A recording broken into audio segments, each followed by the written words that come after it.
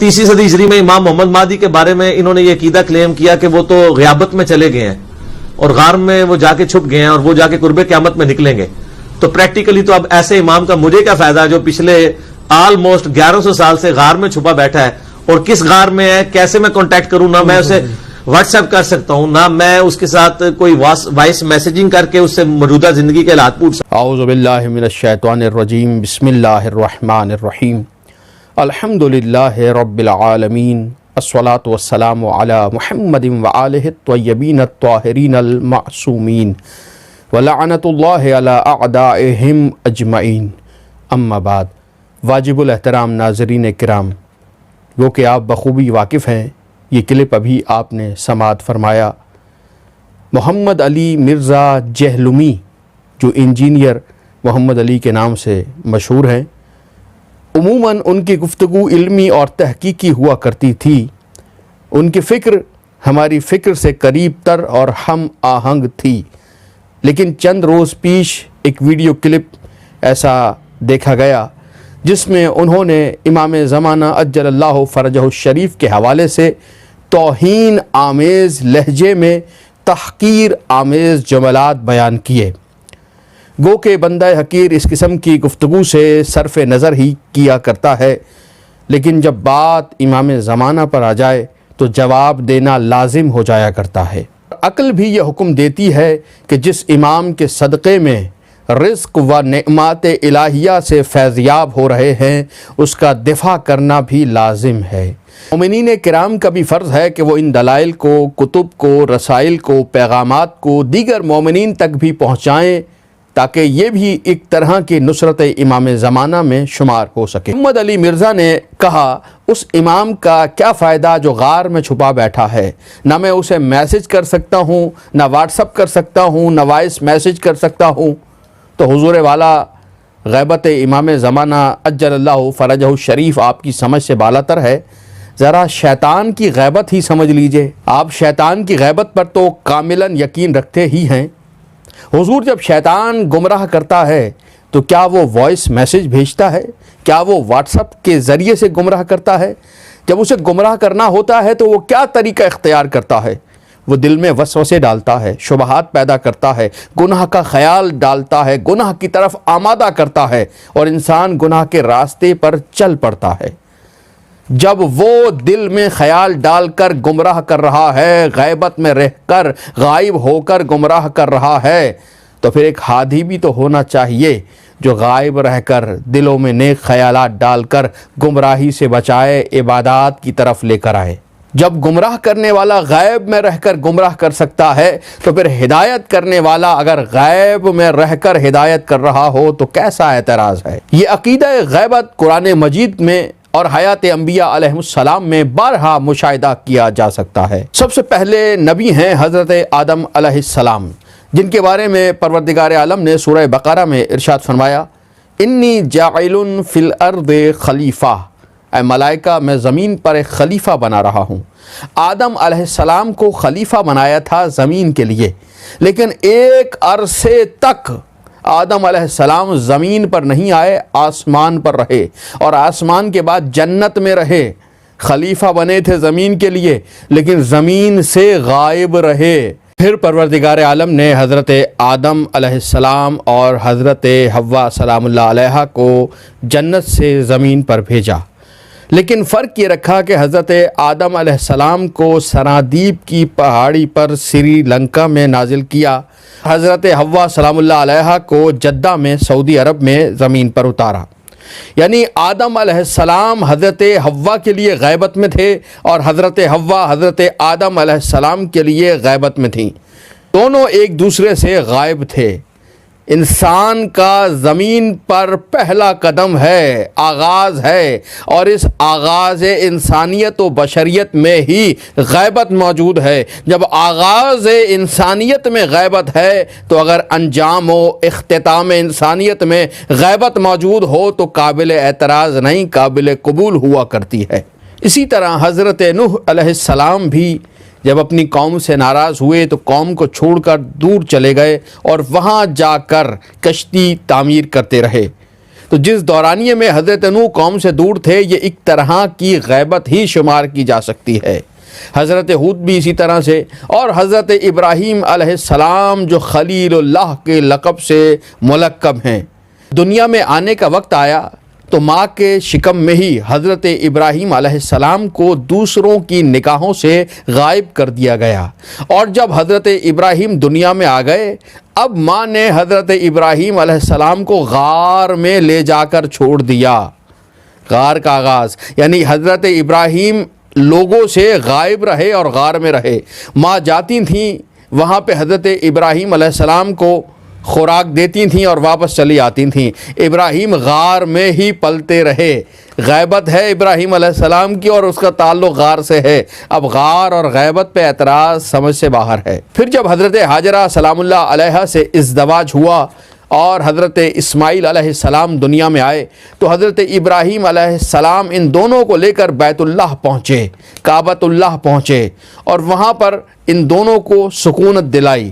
جس دورانیے میں حضرت ابراہیم علیہ السلام بیت اللہ میں تھے اس دورانیے میں وہ شام میں نہیں تھے، تو جب شام میں نہیں ہے تو شام والوں کے لیے ابراہیم غیبت میں ہے، ابراہیم غائب ہیں۔ اب ہے کوئی جو سوال کرے کہ شام میں موجود ابراہیم علیہ السلام کے ماننے والے کس طرح سے ابراہیم سے رابطہ قائم کرتے تھے؟ کیا ابراہیم علیہ السلام کو واٹس اپ کرتے تھے؟ کیا ابراہیم علیہ السلام کو وائس میسج بھیجا کرتے تھے؟ کیا ابراہیم علیہ السلام کا وجود ان کے لیے بے فیض تھا، یا وہ غائب رہ کر بھی وہاں ہدایت فرما رہے تھے؟ ان کا وجود ہی فیض دے رہا تھا۔ پھر ایک روز حضرت ابراہیم علیہ السلام حضرت اسماعیل سے ملنے کے لیے تشریف لائے۔ اسماعیل علیہ السلام کی زوجہ نے خیر مقدم کیا، تعظیم کی، تکریم کی، خدمت کی، چونکہ حضرت اسماعیل علیہ السلام مکے میں موجود نہیں تھے، طائف گئے ہوئے تھے۔ ابراہیم علیہ السلام نے حضرت اسماعیل کی زوجہ کو دیکھا، پیغام دیا اور واپس چلے گئے۔ جس دورانیے میں ابراہیم واپس گئے تو اس وقت مکے والوں میں نہ اسماعیل موجود ہیں نہ حضرت ابراہیم موجود ہیں۔ اب بتائیے، مہینوں کا فاصلہ ہے مسافتوں کا، اب بتائیے ان مہینوں میں مکے والے ہدایت لیں تو کس سے لیں؟ حضرت موسیٰ علیہ السلام 40 راتوں تک کوہ طور پر رہے، قوم کے لیے حضرت موسیٰ غائب تھے۔ حضرت موسیٰ نے اپنا جانشین بنایا حضرت ہارون کو، لیکن قوم نے حضرت ہارون کو چھوڑ دیا، قوم گمراہی کی طرف چلی گئی۔ تو موسیٰ علیہ السلام سے قوم نے ہدایت لی تو کیسے لی؟ اور آپ تو حضرت خضر علیہ السلام پر ایمان رکھتے ہیں، مانتے ہیں کہ حضرت خضر علیہ السلام غائب رہ کر لوگوں کی مدد کر رہے ہیں، غائب رہ کر ہدایت کر رہے ہیں۔ تو جب ایک ہادی غائب رہ کے ہدایت کر سکتا ہے تو پھر آخری ہادی غائب رہ کے ہدایت کیوں نہیں کر سکتا؟ حضرت یونس علیہ السلام مچھلی کے شکم میں رہے، شکم ماہی میں رہے۔ یہ شکم میں رہنا انہیں قوم سے غائب کر رہا تھا، یعنی وہ قوم کے لیے غائب تھے، قوم ان کے لیے غائب تھی۔ یہ بھی غیبت کی ایک قسم ہے۔ حضرت عزیر علیہ السلام ایک بستی کے قریب سے گزرے، لوگ مردہ تھے۔ حضرت عزیر نے کہا مالک انہیں کیسے زندہ کرے گا؟ یہ کہنا تھا کہ اللہ نے حضرت عزیر علیہ السلام کو 100 سال کے لیے سلا دیا، موت دے دی۔ فَمَاتَهُ اللَّهُ مِئَةَ عَامٍ ثُمَّ بَعَثَهُ، پھر اللہ نے 100 سال کے بعد عزیر کو زندہ کیا۔ جب یہاں سے گزر رہے تھے، جب انہیں موت آئی، جب یہ سوئے تو ان کے گھر میں بیٹے کی ولادت ہوئی۔ 100 سال تک سوتے رہے، ان کی عمر 50 سال تھی۔ اب جب نیند سے بیدار کیا گیا، دوبارہ زندہ کیا گیا تو وہی 50 سال والی شخصیت تھی، وہی عمر 50 سال پہ رکی ہوئی تھی۔ بیٹا عمر میں حضرت عزیر سے بھی بڑا ہو چکا تھا، لیکن حضرت عزیر کی عمر 50 سال تھی۔ اب سوال یہی ہے کہ اس 100 سال کے عرصے میں حضرت عزیر کی قوم کس سے ہدایت لیتی رہی، اور حضرت عیسیٰ علیہ السلام کی غیبت سے کسے انکار ہو سکتا ہے؟ حضرت عیسیٰ علیہ السلام آج بھی آسمان پر موجود ہیں، امت زمین پر ہے، نبی آسمان پر ہے۔ امت کے لیے نبی غائب ہے، نبی کے لیے امت غائب ہے۔ اب بتائیے، انکار کیجئے کہ حضرت عیسیٰ کی غیبت بے فائدہ ہے، یا امت عیسیٰ کو واٹس اپ کر رہی ہے، یا وائس میسج کے ذریعے رابطہ کر رہی ہے۔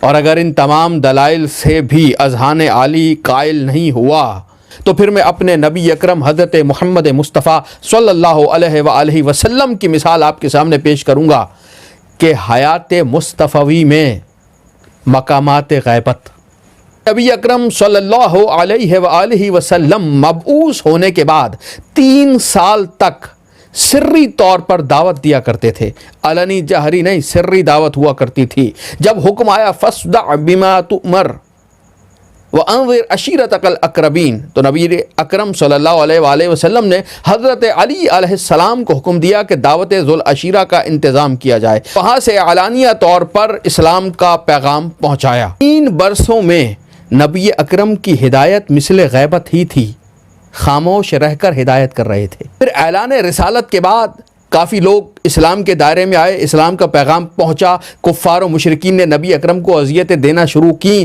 آخر وہ وقت آیا کہ حضرت ابو طالب علیہ السلام نبی اکرم صلی اللہ علیہ وآلہ وسلم کو لے کر شعب ابی طالب میں پہنچے، اور 3 سال تک شعب ابی طالب میں نبی اکرم صلی اللہ علیہ وآلہ وسلم کے ساتھ آل ابو طالب علیہ السلام موجود تھی۔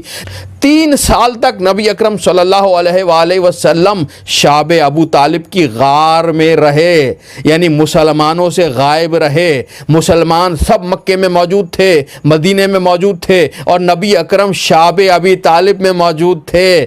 سوچئے 3 برسوں میں ایک عام مسلمان نبی اکرم سے کس طرح سے رابطہ قائم کرتا، وہ کس طرح سے نبی کو پیغام دیتا، اور نبی اکرم صلی اللہ علیہ وآلہ وسلم کی رسالت اسے کس طرح سے فیض پہنچا رہی تھی۔ حکم ملا مصطفیٰ ہجرت کیجئے۔